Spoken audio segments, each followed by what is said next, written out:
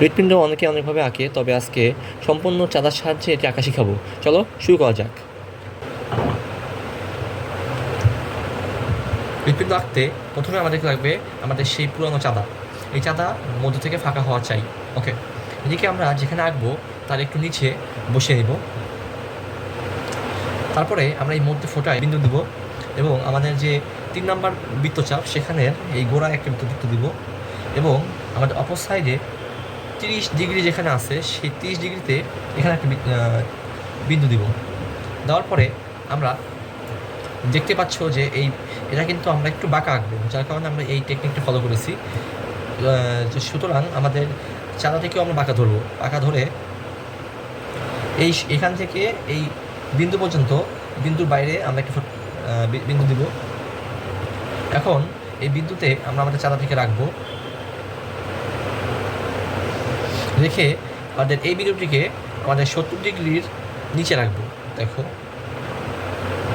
এই দেখছো এখানে বিন্দুটি, এই বিন্দুটি আমরা আমাদের 70 ডিগ্রি নিচে রাখবো। ওকে, রেখেছি। রেখে আমরা এখানে একদম এখান থেকে শুরু করে 55 ডিগ্রি পর্যন্ত একটা বৃত্তচাপ দেব।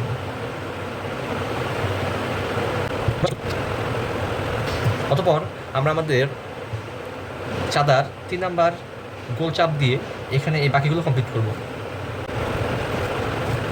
তারপরে এটি দেখতে অনেকটা কার্টুন মনে হচ্ছে, তো এদিকে আমরা এই যে কোনাগুলোকে মুছে ফেলবো।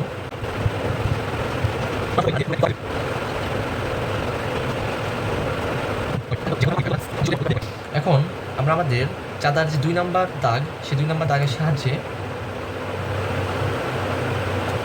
একদম এই বিন্দু থেকে একটি বৃত্তচাপ দেব।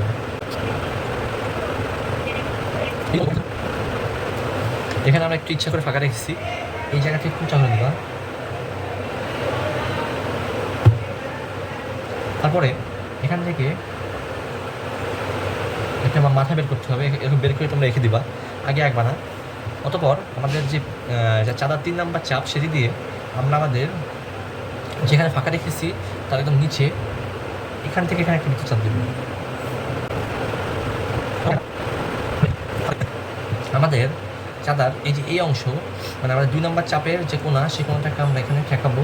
ঠেকিয়ে আমাদের যে বৃত্তের যে বিন্দু আছে সেই বিন্দুটাকে আমরা আমাদের এইখানে রাখবো, এই যে এইটুকুর মধ্যে, যেটা মাত্র এঁকেছিলাম।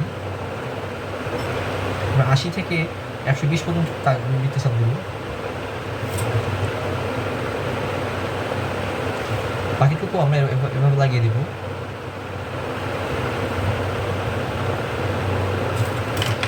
এবার এই কোণাগুলোকে মুছে সুন্দর করে গোল করে দিব। হয়ে গেল।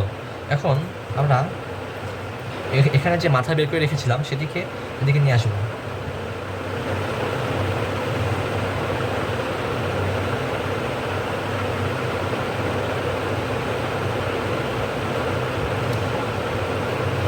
আমরা জাস্ট লাগিয়ে দিব, শেষ। এখন এখানে এরকম আঁকবো।